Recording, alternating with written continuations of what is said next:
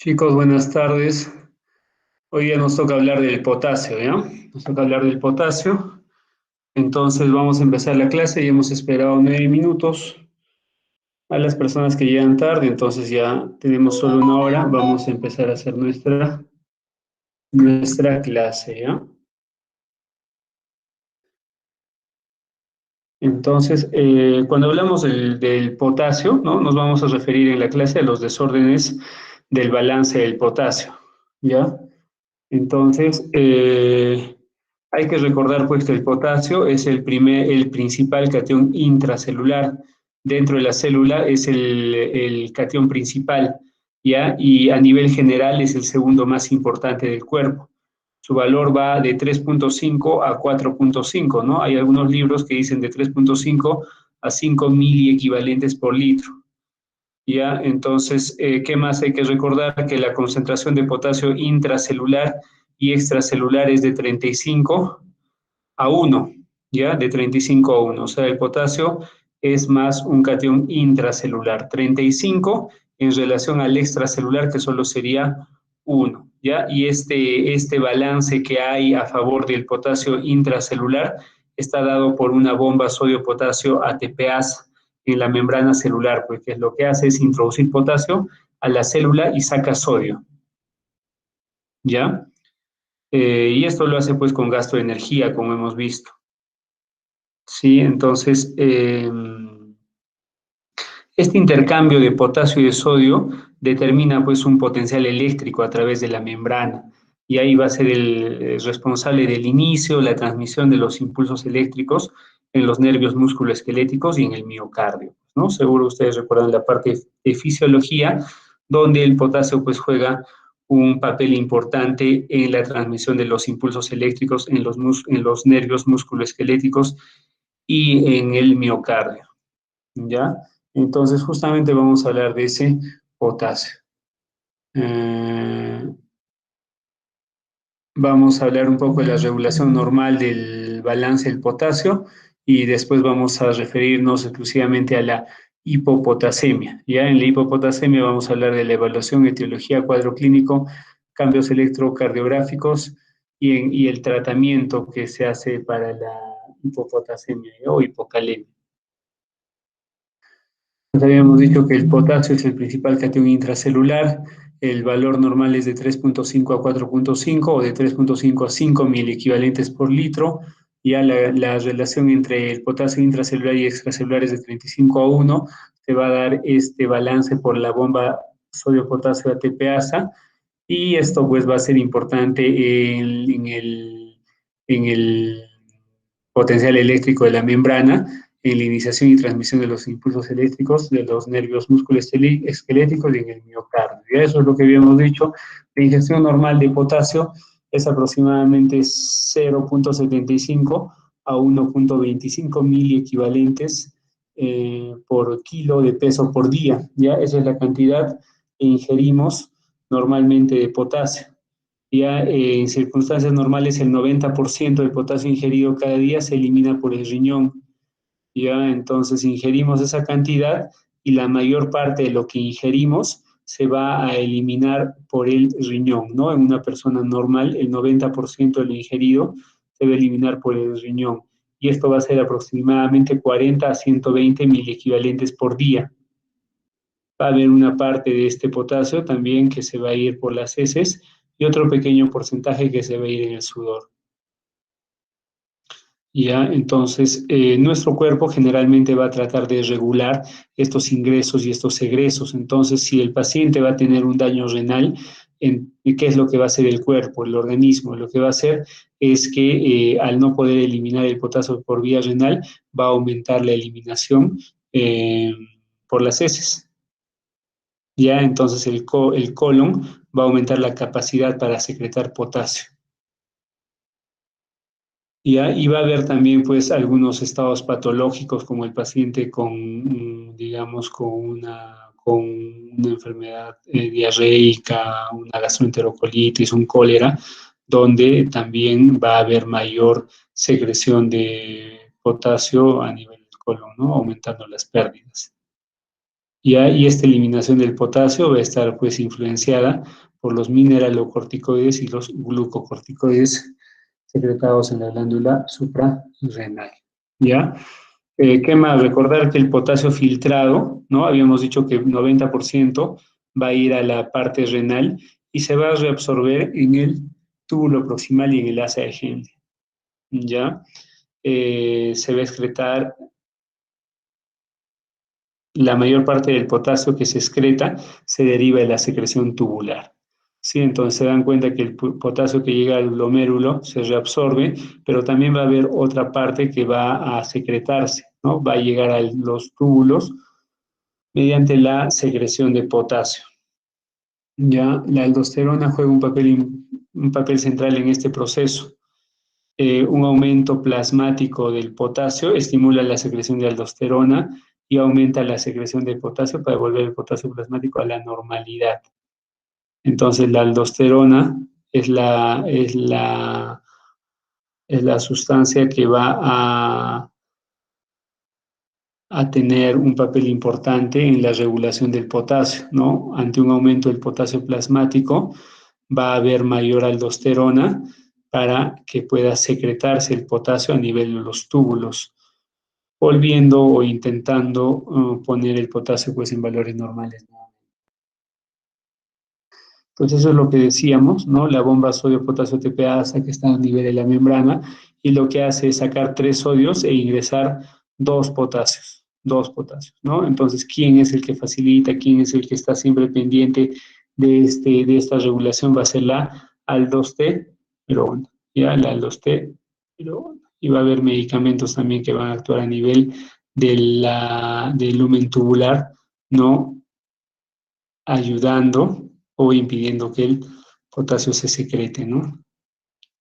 Como la espironolactona, que es un ahorrador de potasio.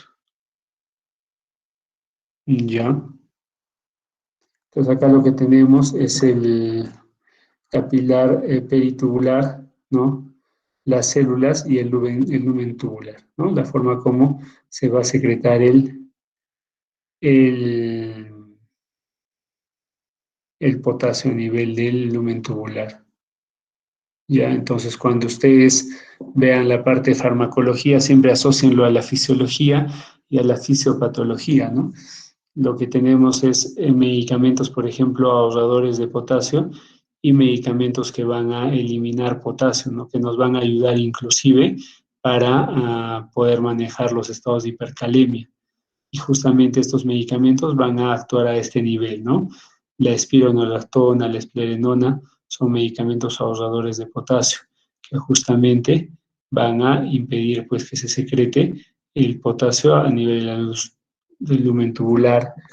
Ya, en cambio, va a haber otros medicamentos como la furosemida que nos va a ayudar a poder eliminar el potasio y poder disminuir pues, los niveles de hipercalemia y evitar que este paciente haga un compromiso miocárdico y se muera, pues, ¿no? Por hipercalemia.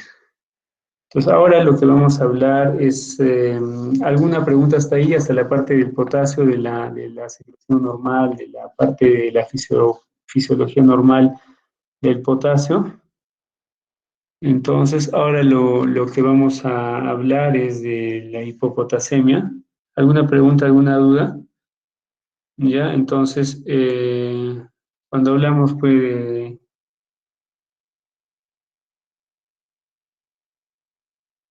de la hipocalemia, ¿no? Es un problema clínico común que puede resultar de una disminución de la ingesta, ¿no? Que de repente no es tan frecuente, ¿no? La hipocalemia por disminución de la ingesta de potasio, un aumento de la translocación en las células o con mayor frecuencia, un aumento de las pérdidas de potasio del tracto gastrointestinal o en la orina, ¿ya? Entonces ya hemos visto cómo es el metabolismo de ese potasio, cómo ingresa, cómo se excreta, la mayor parte se va hacia la parte renal, el 90%, ¿no? Y cuando hay hipocalemia, pues hay que pensar en esto, ¿no? sé, ¿qué pasó con este paciente? ¿No? ¿Se acuerdan con los que ya hemos hecho práctica? Siempre hay que hacer un diagnóstico diferencial, ¿no? ¿Por qué este paciente está cursando por hipocalemia? Todos los problemas que tenga nuestro paciente van a tener posibilidades diagnósticas o diagnósticos diferenciales. En el caso de la hipocalemia, podemos pensar en una disminución de la ingesta, ¿no? Es un paciente de repente que tiene un trastorno sensorio que no está comiendo adecuadamente, ¿no? Y que esto pues esté llevándolo a una hipocalemia, ¿no? Un aumento en la translocación de las células o con mayor frecuencia, ¿no? Esta translocación que vemos a nivel de la membrana, ¿no? Puede haber mayor translocación o con mayor frecuencia pérdidas de potasio en el tracto gastrointestinal, ¿no? O en la orina. Entonces, la evaluación de la excreción urinaria de potasio, hay que distinguir las pérdidas renales de potasio, ¿no? ¿Qué paciente puede tener pérdidas renales de potasio? Aquellos pacientes que estén con tratamiento con diuréticos, por ejemplo, la furosemida. Entonces, a veces tenemos pacientes, digamos, con insuficiencia cardíaca, a los que hay que regular el volumen de agua, ¿no? Del paciente. Entonces, este paciente a veces se va a exceder tomando agua, va a sobrecargar el corazón. Entonces, ¿qué cosa le damos? Le damos diuréticos, ¿no? Y dentro de esos diuréticos puede estar la furosemida. Ya, señora, va a tomar una furosemida por día, ¿no? Porque el paciente viene por edemas o por una ICC descompensada. Entonces, lo que hacemos, pues, es darle diuréticos, ¿no? Entonces, a veces combinamos la espironolactona junto con la furosemida, un ahorrador de potasio, junto con un medicamento que elimina potasio, para justamente evitar estos problemas, ¿no? La hidroclorotiazida también puede disminuir los niveles de potasio, ¿no? De sodio más que todo, ¿no? De sodio con agua. Entonces, sí hay medicamentos diuréticos que te pueden producir algún tipo de problema. En el caso de la hipocalemia sería pues los diuréticos de asa, ¿no? Como la furosemida. Otro problema también es el aldosteronismo primario, ¿no? Entonces ahí va a aumentar las pérdidas renales de potasio, ¿ya? Otras causas de hipopotasemia, por ejemplo, son las pérdidas gastrointestinales, ¿no? Y también los cambios de potasio transcelulares. Entonces, también hay que ver el estado ácido-base del paciente, ¿no? Algunos trastornos del equilibrio ácido-base, como la alcalosis metabólica o la acidosis metabólica, que pueden conducir a una hipocalemia. Ya, entonces, la acidosis, por ejemplo, el pH menor de 7,35 promueve la salida de potasio de la célula y tiende a incrementar la concentración sérica. ¿Ya? La alcalosis actúa de manera contraria. Por cada aumento o disminución de 0,1 unidades en el valor del pH, aumenta o disminuye el potasio en 0,6 miliequivalentes por litro, secundarios a la acidosis metabólica aguda, ¿no? Entonces, pueden ir por los dos lados. Por ejemplo, un paciente con falla renal, lo que generalmente vemos es una acidosis metabólica con hipercalemia, ¿no? Entonces, pero también hay que tener en cuenta que puede haber lo contrario, ¿no? La acidosis metabólica te puede llevar a una hipocalemia, ¿no? O sea, no es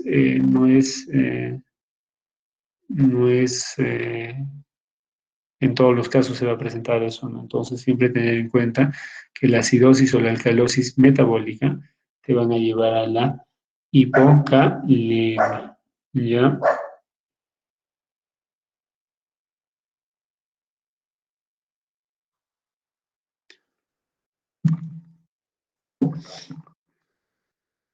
Entonces, acá tenemos un cuadrito donde vemos que la hipocalemia, definimos hipocalemia como un potasio menor de 3,5, ¿no? Esta hipocalemia se puede deber a una redistribución del potasio, ¿no? Esta redistribución se puede dar por alcalosis, por aumento de la insulina, ¿no? Por aumento de la insulina o por beta-2 estimulantes, parálisis hipopotasímica familiar o asociada a tirotoxicosis. Entonces, ¿a qué se refiere con redistribución? Redistribución se refiere a situaciones que van a introducir el potasio dentro de la célula. ¿Ya? Entonces, tú vas a tener en el paciente hipocalemia, pero no necesariamente porque el paciente esté con hipocalemia, sino porque ha habido situaciones que han introducido el potasio dentro de la célula y bueno, lo que tú estás dosando a nivel sérico se ve como una hipocalemia, ¿no? Pero Esto básicamente no se refiere mucho a una disminución del potasio, ¿no? Y esto se da en la alcalosis, aumento de la insulina, ¿no? Pacientes que están, digamos, un paciente que viene por cetoacidosis diabética a la emergencia, ¿no? El paciente viene por cetoacidosis diabética, nosotros inmediatamente le damos insulina, 0.1 unidades internacionales por kilo endovenoso estat, ¿no? O sea, si el paciente tiene 70 kilos, le vamos a dar 7 unidades endovenoso en bolo, ¿ya? Entonces le estás dando gran cantidad de insulina, ¿no? Inmediatamente lo que vas a hacer es le vas a continuar con una infusión de insulina, o sea, le vas a pasar insulina de forma continua, infusión, ¿no? O sea, va a pasar en todo momento, ¿no? 0.1 unidades internacionales por kilo por hora, ¿no? Si el paciente pesa 70 kilos, le vas a dar 7 unidades por hora, ¿no? Y va a estar pasando continuamente la insulina. Entonces, ese estado, ¿no? De cetoacidosis diabética te va a obligar a usar insulina en bolo y en infusión. Entonces, este paciente es muy probable que te haga hipocalemia, pero no tanto porque te esté eliminando el potasio, sino porque lo estás redistribuyendo, ¿no? Lo está metiendo dentro de la célula, ¿no? Lo está, está disminuyéndolo, pero por redistribución, ¿no? Igual la alcalosis, los beta-2 estimulantes, ¿no? A veces vienen digamos, pacientes con un cuadro de hipercalemia, ¿no? Entonces le damos salbutamol, fenoterol o nebulizamos, justamente esos son beta-2 estimulantes para disminuir la cantidad de potasio con la que está ingresando ese paciente. Entonces, son situaciones pues, que a veces tú mismo las provocas justamente pues para poder tratar algunas otras situaciones que en ese momento ponen en peligro la vida del paciente, ¿no? Entonces, puede ser incluso como un efecto adverso de tu terapia, ¿no? Entonces, ¿qué es lo que vas a hacer sabiendo que el aumento de insulina o la administración de insulina que le estás dando al paciente pueden provocar hipocalemia? Entonces, tienes que, en el fluido que le estás dando, tienes que reponer el potasio. Y tienes que hacer pues, controles de potasio cada 6 horas, así, ¿no? Porque puede estar bajando demasiado, ¿no? Esa es una parte, la redistribución, ¿no? El potasio está ahí y lo empiezan a guardar y disminuir, pues, ¿no? Otra causa es la depresión de potasio, ¿no? O sea que realmente se esté perdiendo potasio. ¿Por qué? Por pérdidas extrarrenales, ¿ya? Por pérdidas extrarrenales, ¿no? Esto se va a dar cuando el potasio va a ser menor de 30 equivalentes por litro, ¿no? ¿Ya? Y acá, por ejemplo, vamos a tener la relación potasio-creatinina menor de 13 equivalentes por gramo o menor de 1.5 equivalentes por milimol. Entonces, para que tú digas que esa hipocalemia es por un problema extrarrenal, tendrás que pedir algunos exámenes como la creatinina y ver esa relación, ¿no? Que te puede ayudar, ¿ya? Entonces, esto pues lo vas a hallar en una orina, en una orina al azar, ¿ya? Y este de acá, el potasio menor de 30 va a ser en una orina de 24, de 24 horas, ¿no? Y para que tú digas que las pérdidas de potasio son renales, el potasio urinario en una orina de 24 horas tendrá que ser mayor de 30 mil equivalentes por litro, ¿no? O la relación en una orina al azar, ¿no? O sea, en cualquier momento, ¿no? Orina puntual, orina al azar, significa que el paciente viene, son las 11 de la mañana, ¿no? A ver, señor, deje su muestra de orina, ahí puedes calcular potasio creatinina y, y si es mayor de 13 mil equivalentes por gramo, entonces tú pensarás pues en una pérdida renal. No sé si se dan cuenta,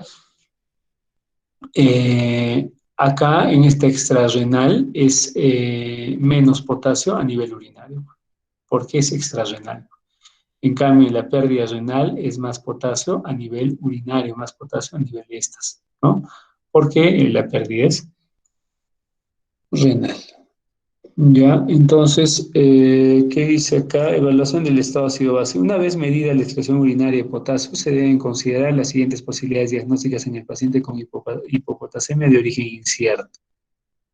Ya, entonces vas a medir la excreción urinaria de potasio y luego hay que hacer un diagnóstico diferencial, ¿no? Cuando no sepas por qué se está dando la hipocalemia, ¿no? Entonces hay que tener en cuenta, ¿qué cosa?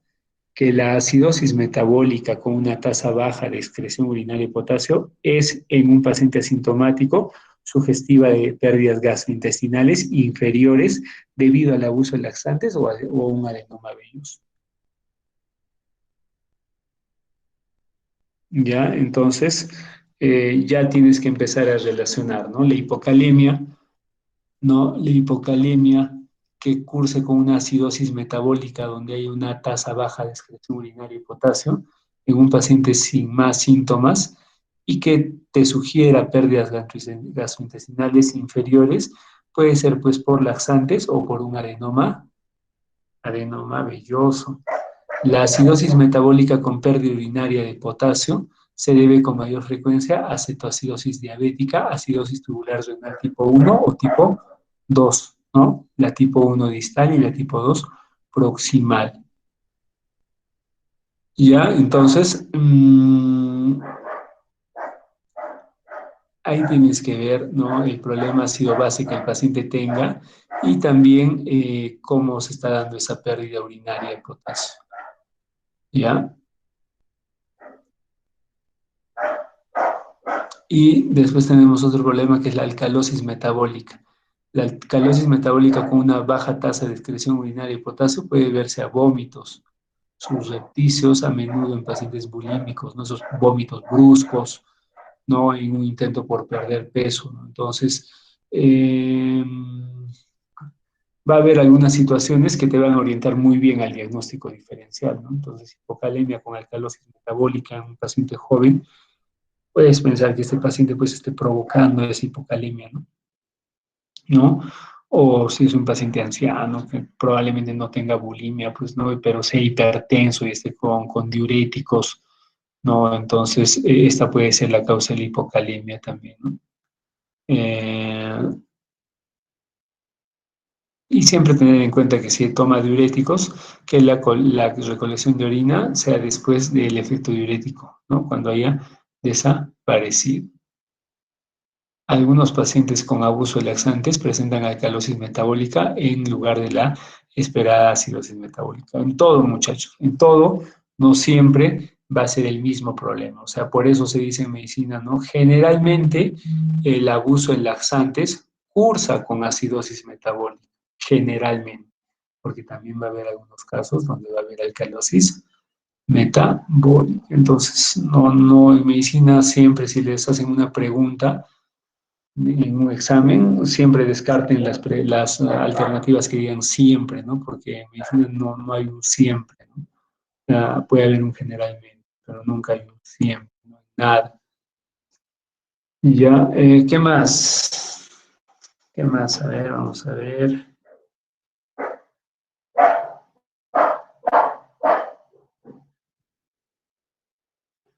La gente escribe, llama. Tienes que estar ahí pendiente, ¿no? Entonces, sigamos.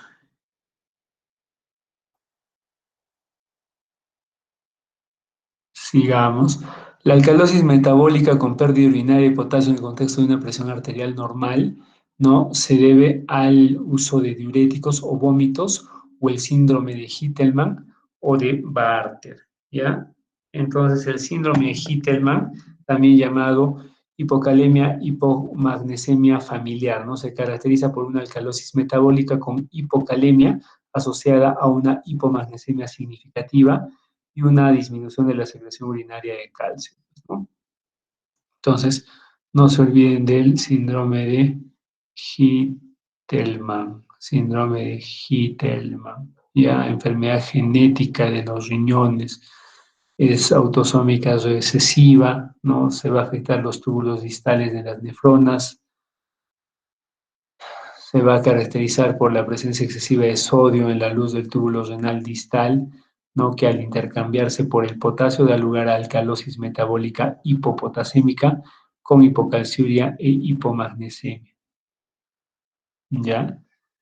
Y el otro síndrome es el síndrome de Bartter. Al referirnos al síndrome de Bartter, tenemos que tener en cuenta que, ¿no? También va a cursar con una alcalosis eh, metabólica, ¿no? Entonces, también es genética, ¿no? Pero acá el problema va a ser el asa gruesa ascendente de Henle, ¿no? Acá va a haber hipopotasemia y también alcalosis metabólica, igual que en el otro, ¿no?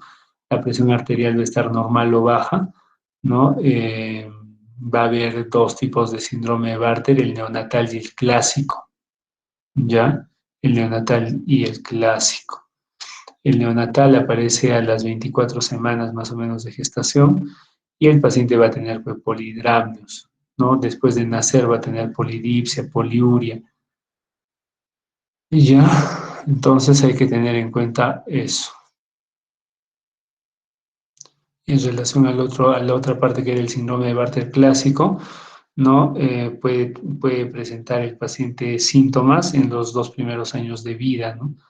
Pero generalmente, ¿no? La mayor parte se diagnostican en la edad escolar o incluso más tarde, ¿ya? Y es parecido al síndrome neonatal, ¿no? El paciente tiene poliuria, polidipsia, tendencia a la deshidratación, ¿no? Pero en relación a la excreción renal de calcio es normal o muy poco aumentada sin tendencia a la aparición de cálculos renales. Y ya este paciente puede tener vómitos, retraso del crecimiento, ¿no? En consecuencia de eso, ¿no? De que no tolera muy bien los alimentos. Eh, y puede haber pues, falla renal si la enfermedad no se trata.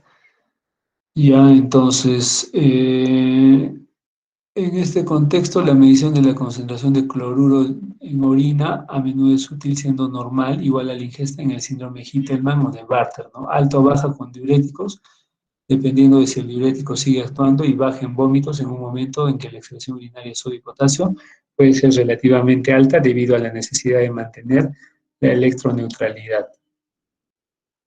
Ya, entonces hay que ver el pH de la orina, si es superior a 7, hay una bicarbonaturia significativa.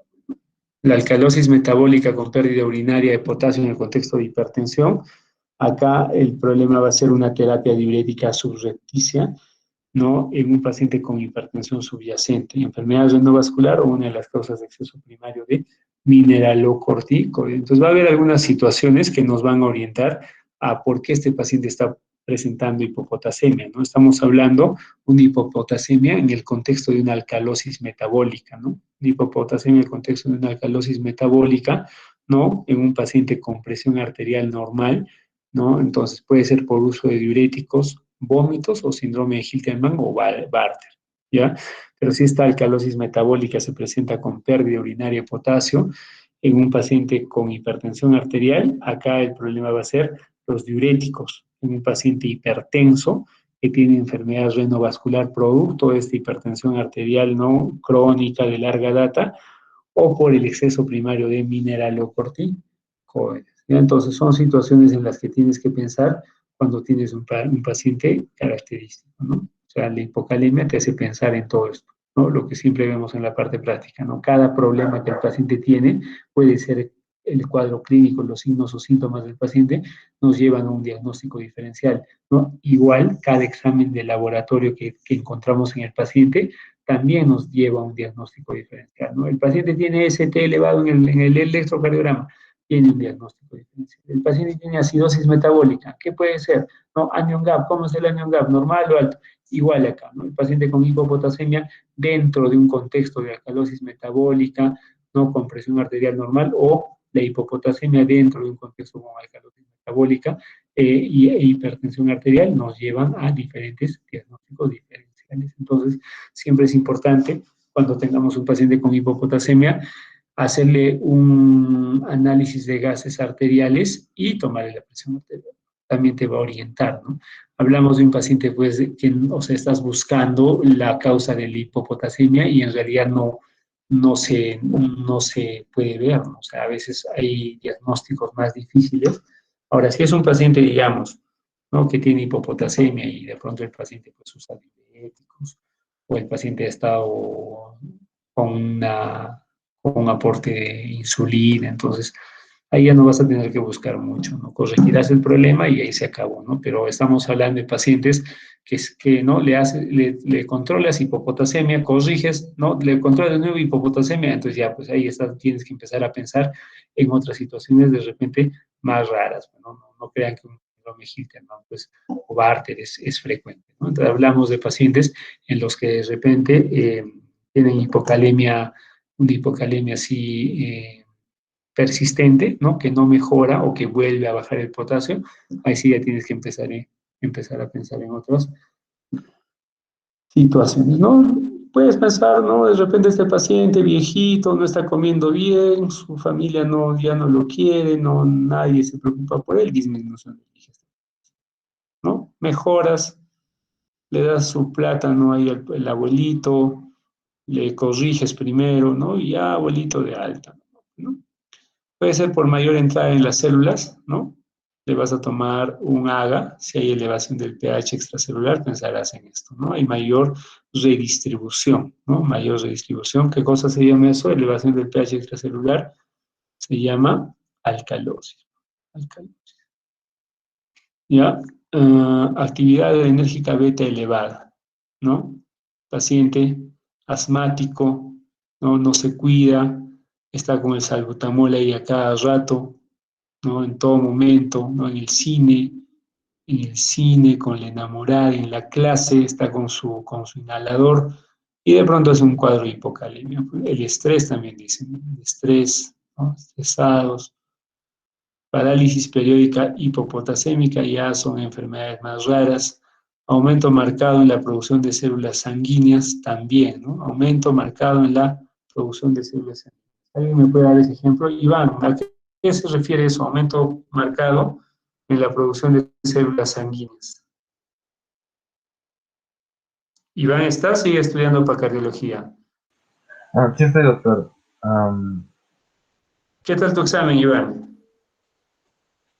Bien, doctor. ¿Qué tal? ¿Cuánto has sacado en cardiología? ¿Les hago su nota o no?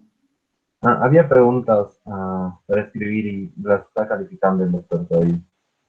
Ahí, entonces, para escribir también. Entonces, yo les he tomado muy fácil el examen. Todos han sacado 20. Entonces, haremos más difícil el examen. Gracias, Iván, siempre el delegado, dándonos ideas buenas para poder llevar mejor el curso, ¿no? Que sea más difícil, que sea un poco más exigente el examen. Entonces, pondremos preguntas para rellenar. Iván tiene mucha razón. Ya, entonces, ¿a qué se refiere, Iván? ¿O por qué crees que se pueda dar una hipopotasemia por el aumento en la producción de células sanguíneas?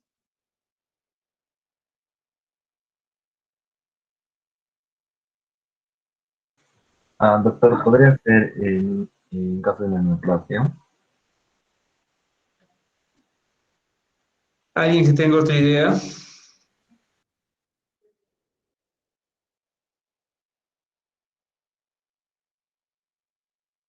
A ver, Niurka de repente quiere ayudarnos.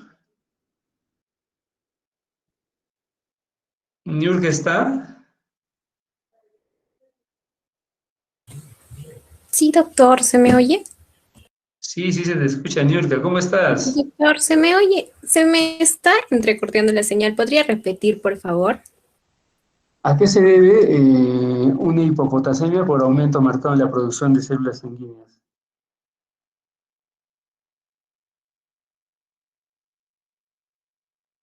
¿Me escuchaste ahora?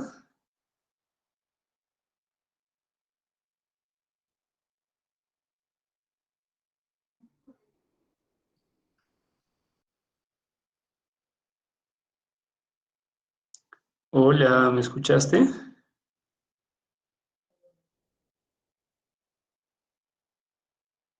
Doctor, ¿podría deberse a incremento en la permeabilidad de las membranas?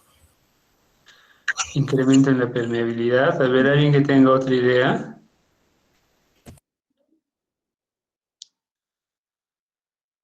Ya, entonces para la siguiente van a leer los dos esa parte, ¿ya? Porque el aumento marcado en la producción de células sanguíneas produce hipopotasemia, ¿ya? Entonces, de ahí que tenemos la hipotermia, la intoxicación por cloroquina, ¿no? ¿Se acuerdan ahora último? Pero la gente estaba que tomaba cloroquina por todos lados, no estaba que se tomaba la cloroquina a los pacientes reumatológicos, ¿ya? Entonces, también la intoxicación por cloroquina te puede producir hipocalemia, ¿ya? Te puede producir hipocalemia. Y a veces son situaciones, ¿no? De repente el paciente viene y dice, ¿no? ¿Y qué tiene usted, no? ¿Qué enfermedad tiene? Doctor, yo tengo, qué sé yo, ¿en qué enfermedad se usa la cloroquina? A ver, ¿alguien está llevando fármaco ya?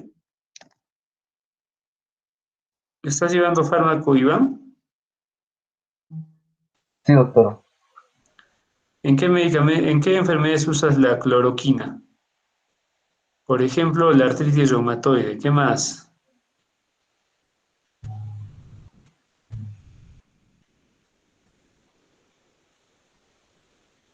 No, entonces de repente es un paciente pues que tiene artritis reumatoide, que tiene En el caso eh, del lupus, doctor, también. en el lupus, que tiene lupus, ¿no? Que tiene esas enfermedades reumatológicas. Entonces, de repente está tomando en exceso, ¿no? Está tomando en exceso la cloroquina, pacientes con paludismo, ¿no? Recuerden que la cloroquina, pues, es activo frente a la mayor parte de los plasmodium, ¿no? Plasmodium malariae, Plasmodium oval, Plasmodium vivax, Plasmodium falciparum, ¿ya?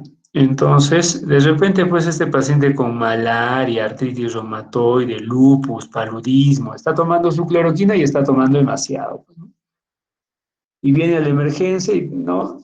¿Qué pasó? Viene con algún problema neuromuscular, ¿no? Recuerden que la hipocalemia pues te produce el cuadro clínico, siempre hay que recordarlo, ¿no? Para poder hacer algún tipo de posibilidad diagnóstica, ¿no? El paciente viene por debilidad muscular, viene por astenia, parálisis, hiporreflexia, ¿no? Alguna vez un paciente vino así, era la R3 la que está de guardia, R2, ¿no? Y doctor, un Guillain-Barré desesperados, ¿no? Un Guillain-Barré, ¿por qué? Porque tiene hiporreflexia y tiene debilidad también, tiene debilidad, tiene hiporreflexia, ¿no? Y ya está haciendo compromiso respiratorio. Sí, pues puede ser, ¿no? Guillain-Barré, el Guillain-Barré tiene debilidad, empieza, ¿no? En los miembros inferiores, va subiendo, ¿no? Y de pronto el paciente también hace reflejos abolidos, reflejos osteotendinosos abolidos, y también puede hacer hiposreflexia, ¿no? Reflejos osteotendinosos disminuidos, ¿no? Puede ser un Guillain-Barré, ¿no? Entonces, Guillain-Barré, ¿no? Y yo estaba por entrar de guardia y dije, pucha, un Guillain-Barré, me intubaré, ¿no? ¿No? Porque si ya está haciendo compromiso respiratorio, ya tiene que entrar, pues, a ventilador, ¿no? Pero ellos ya se iban, dije, ya, tranquilo nomás, ¿no? Entonces, y de pronto voy, ¿qué ha pasado? ¿Cómo empezó? No, no había eso de que es cronológico, ¿no? O sea, el paciente dice, ¿sabe qué? Hace una semana tuve una diarrea y desde ayer he tenido debilidad que empezó en mis miembros inferiores y ha ido subiendo, ¿no? Eso es lo clásico, ¿no? No tenía lo clásico, ahora podría ser un atípico, ¿no? Podría ser. ¿No? Y entonces inmediatamente un AGA, pues, ¿no? Un análisis de gases arteriales, a veces no le han tomado de repente porque el paciente pues recién entró, porque tantas cosas tuvieron otro paciente que atendernos, o sea, jamás pues nosotros podemos irnos contra otro colega, ¿no? De que no, porque no lo atendió. Normal, pues si no le han hecho, no le han hecho, ¿no? Entonces, podría ser una hipocalemia, una guita, le haremos jefa al toque, ¿no? Y si no, pues ya tratarlo como Guillain-Barré, ¿no? Entonces el potasio sale en 1.5, pues, ¿no? Sale en 1.5, el paciente venía justamente por esas manifestaciones neuromusculares, debilidad, astenia, ¿no? Hiporreflexia, ¿no? Y ya había compromisos respiratorios, ¿no? Que puede ser también característico del Guillain-Barré, pero también un diagnóstico diferencial podría ser pues, hipocalemia. Entonces el paciente no tenía Guillain-Barré para su buena suerte y para la suerte de nosotros también, porque más fácil es corregir pues una hipocalemia, ¿no? Que empezar a dar inmunoglobulina, intubar, ya te bloquea una cama, ¿no? Entonces la hipocalemia se corrige nomás. ¿no? Entonces empiezas a corregir, el paciente va mejorando, entonces no, probablemente no va a llegar a máquina, ¿no? No lo vas a tener que intubar ni nada. Entonces ya, no, y el Guillain-Barré, no, señora, no es por Guillain-Barré, no es si el potasio ha bajado. ¿Y por qué ha bajado? Buscaremos, pues no, ahorita primero hay que corregir, después se buscará, pues, por qué ha bajado, ¿no?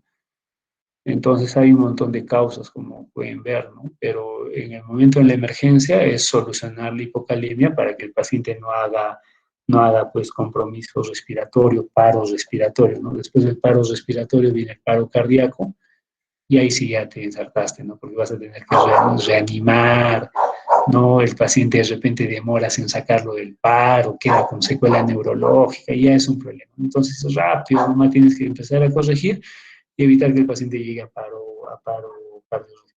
Entonces, ¿pero qué? ¿Por qué ha tenido pues potasio? Señor, eso después, pues señor, ahorita primero hay que corregir y después ya lo buscaremos nosotros o buscarán en medicina interna, pues, la causa de la hipocalemia, ¿no? Recuerden que yo trabajo en un servicio de emergencia, ¿no? Y ahí a veces lo que hacemos más es sacarlo de la emergencia y ya pues después con calma se busca, ¿no? Agarras, lo ves un día, no encontraste, al día siguiente vas a tu casa, lees y al día siguiente vuelves, ¿no? Porque el paciente ya salió de la emergencia, ¿no? En cambio, en la emergencia tienes que solucionar rápido y empezar a pensar en esto, ¿no? O sea, ya tiene hipocalemia, ya pues chévere, o perdón, tiene el problema, ¿no? Tiene debilidad, tiene parálisis, tiene hiporreflexia, tiene debilidad de miembros inferiores, tiene compromiso respiratorio, ¿cuál es el diagnóstico diferencial? ¿No? Guillain-Barré es una posibilidad, pero otra posibilidad es hipocalemia, ¿no? Es rápido haces el diagnóstico, rápido manejas la emergencia, rápido el paciente pasa a observación y si hay cambio en piso lo subes, ¿no? Porque ahí lo estudian, ¿no? Y tienen, ahí tienen menos pacientes de repente para estudiarlo con más calma, ¿no? Entonces es así, y vas buscando la causa, ¿no? De repente el señor ha vomitado, ¿no? Ha tomado, a veces uno toma, vomita, y encima después de tomar te vas a comer ahí al kiosco, te da diarrea y hipocalemia, pues, ¿no? Terminas intubado en la emergencia, solo por unas cuantas cajas de cerveza, ¿no? Entonces, ¿por qué también se puede dar la hipocalemia? Por aumento de pérdidas gastrointestinales, vómitos, diarrea, drenaje de tubo, ¿no? El paciente de repente tiene algún, alguna sonda por ahí, lo han operado, digamos, de algo y está drenando, ¿no? Entonces, abuso de laxantes también, ¿no? Hay pacientes que abusan de laxantes y pueden hacer hipocalemia. ¿Ya? Aumento de pérdidas urinarias también, no se olviden la etiología de la hipocalemia. Diuréticos, exceso primario de mineralocorticoides, pérdidas de secreciones gástricas, aniones no reabsorbibles, acidosis tubular renal, hipomagnesemia, anfotericina B, ¿no? Pacientes con leishmaniasis, a quienes les administramos anfotericina B, tenemos que reponer el potasio, ¿no? Y hacerle análisis de electrolitos frecuentes porque puede ser pues hipocalemia, ¿no? Nefropatía por pérdida de sal, síndrome de Bartter o Hittelmann, poliuria, aumento por pérdidas de sudor, pacientes en diálisis, pacientes que hacen este procedimiento llamado plasmaféresis por algún tipo de enfermedad que tengan, por ejemplo. Ya, entonces, ¿qué más? No hemos avanzado. Pucha, 14, en la diapositiva 14 recién estamos. Ya, etiología. Dado que el riñón puede reducir la excreción de potasio de 5 a 25 miliequivalentes por día en presencia de depresión de potasio, la disminución de la ingesta por sí sola rara vez causa hipopotasia, ¿no? Entonces, lo que va a pasar es que si tú, digamos, tienes una ingesta baja de potasio, inmediatamente tu riñón va a disminuir la excreción, pues, de potasio, va a disminuir la excreción, ¿no? Entonces, tu mismo riñón se va a defender, ¿no? Ah, ya este está comiendo poco, entonces hay que disminuir la eliminación de potasio por el riñón, ¿no? Tu mismo organismo lo regula. Ya, el potasio corporal total es intracelular, ya lo hemos visto, la bomba sodio-potasio ATPasa es la que regula la cantidad de potasio intracelular. El aumento de la actividad de la sodio-potasio ATPasa o las alteraciones en otras vías de transporte de potasio pueden provocar hipopotasemia, ¿no? Porque va a haber mayor entrada de potasio en las células, ¿no? La insulina, ya hemos visto, redistribución, mete potasio dentro de la célula. El salbutamol, agonista beta adrenérgico, ¿no? También mete potasio dentro de la célula.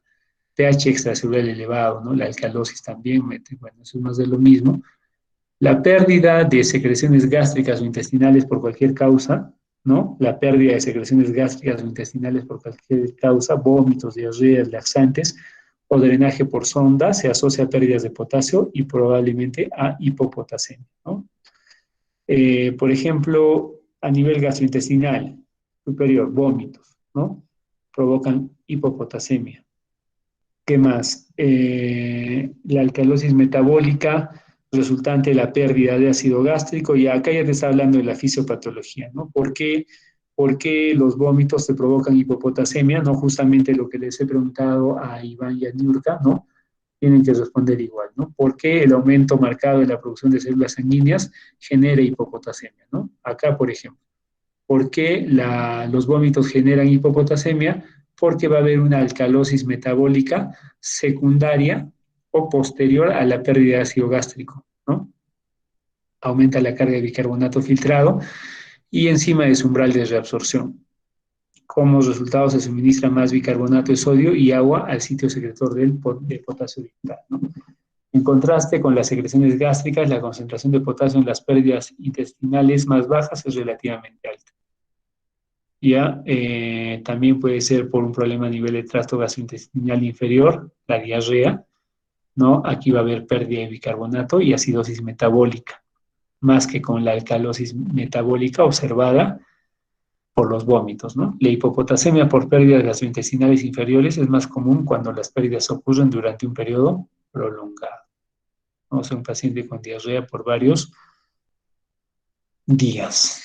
La hipopotasemia por pérdida urinaria de potasio generalmente requiere un exceso de mineralocorticoides, ya a menudo debido a un aumento de aldosterona o un aumento del flujo distal. Las principales causas de pérdida urinaria de potasio incluyen diuréticos, ¿no? Los diuréticos, ya, aumento de la actividad mineralocorticoide, que va a generar la pérdida urinaria de potasio, ¿no? Se puede asociar a hipersecreción primaria de un mineralocorticoide. ¿Dónde va a haber aumento de la secreción de mineralocorticoide? En el adenoma suprarrenal, productor de aldosterona.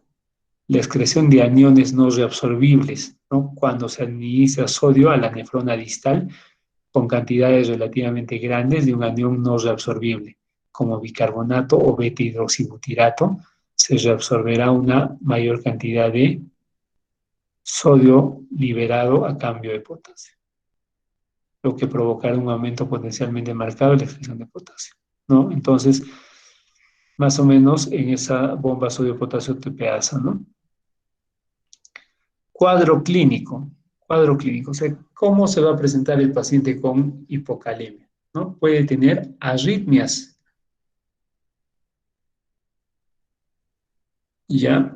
Potencia la toxicidad de los digitálicos, alteraciones en el EKG sin importancia clínica, T plana invertida, alargamiento del QT, onda SU y depresión del ST. Eso es lo que vas a ver, pues, ¿no? Si tienes un paciente, digamos, eh, que viene con un problema neuromuscular, ¿no? Viene a la emergencia y te dice, doctor, ¿sabe que tengo calambres? Tengo debilidad de miembros inferiores, ¿no? Lo examinas y no tienes reflejos, ¿no? Incluso ya está haciendo compromiso respiratorio, ¿ya? Entonces, en ese paciente, pues, ya, puede ser una hipocalemia. Le haces un EKG. Y en el EKG tienes que ir a buscar directamente algo, ¿no? O sea, el otro día Iván, por ejemplo, me preguntaba, doctor, pero ¿cómo yo busco o qué es lo que pido? Algo así me decía, ¿no? O qué es lo que pido, qué es lo que busco en los exámenes auxiliares. Depende de lo que estés sospechando, pues, ¿no? Eso les respondían. Entonces, si tú, digamos, viene el paciente con malestar, calambres, debilidad muscular marcada, estás pensando en una hipocalemia, estás pidiendo un EKG para buscar esto, pues, ¿no? Para buscar esto, ¿no? Ahora, de repente, el paciente por ahí, ¿no? De repente tiene un Wall Parkinson White o no sé, otra cosa, ya pues eso fue un hallazgo, ¿no? pero tú estás yendo a buscar algo en ese EKG porque el cuadro clínico te está indicando que puede ser una hipocalemia. Entonces, tú vas a pedir un EKG para buscar estas alteraciones. Esas alteraciones estás yendo a buscar en el EKG. Puede venir un paciente con hilio paralítico, ¿no? Con hilio paralítico. Ya hay que hacerle un AGA, ¿no? El hilio es pues, el paciente que viene con una oclusión, puede venir con el abdomen distendido, paciente que no defeca hace 5 días, hace una semana, lo examinas y tiene pues hilio, un abdomen distendido, ¿no? Ahí, entonces puede ser un hilio mecánico o un hilio metabólico o paralítico, ¿no? Entonces, o sea, el paciente viene a la emergencia y no entra a la emergencia y te dice, ya, ¿por qué viene, doctor? Mi papá hace una semana no está defecando. Ah, ya, entonces, ¿no? Puede ser una oclusión. Lo examinas y efectivamente su abdomen está distendido, descartar una oclusión, pero esa oclusión puede ser mecánica, algo que esté obstruyendo la salida de las heces del paciente, ¿no? O puede ser también porque haya una hipocalemia que esté generando, pues, en este paciente un, una oclusión intestinal, ¿no? Entonces tienes dos posibilidades diagnósticas, ¿no? Tu diagnóstico es oclusión intestinal, descartar hipocalemia o descartar un hilio mecánico. Entonces le pedirás, y háganle un AGA, doctor, no hay AGA. ¿Cómo que no hay AGA? No, no hay AGA, doctor. No, no hay AGA, no, no hay AGA. ¿No? Entonces, a veces en los hospitales del MINSA no hay análisis de gases arteriales, no hay electrolitos. Electrolitos, quiero saber el potasio, no, no hay. Entonces háganle un EKG. En el EKG vas a ir a buscar esto. Entonces, no estás teniendo un análisis de electrolitos para saber el valor del potasio, pero con un EKG puedes ver tú si este paciente tiene hipocalemia, T aplanada invertida, alargamiento del QT, onda SU, depresión del S. ¿Ya? Entonces, puede orientarte eso a la hipocalemia. ¿Ya? Entonces, el cuadro clínico no se olvide. ¿Ya? Rabdomiólisis. Rabdomiólisis, que es en pacientes politraumatizados, la pérdida la destrucción del tejido o de los músculos, ¿no? Lesión muscular produce rabdomiólisis, ¿no? Ya son las 6:01, entonces nos vamos a quedar acá. Seguro tienen otras cosas que hacer. La próxima clase sí vamos a avanzar un poquito más, hasta las 6:30, así que pidan permiso en casa para podernos quedarnos un poquito más, ¿ya? Ahora, como no lo hemos previsto, nos vamos. Ya, entonces la próxima clase, los que puedan, ¿no? Los que no, ya tendrán que retirarse nomás, pues si no, no vamos a avanzar, igual que la otra vez, me va a faltar tiempo. ¿Alguna pregunta, chicos? ¿Alguna duda? Iván, ¿alguna duda, maestro? Ya. No, pero solo las prácticas. Las prácticas, sí, tenemos prácticas ahora, maestro, no te preocupes.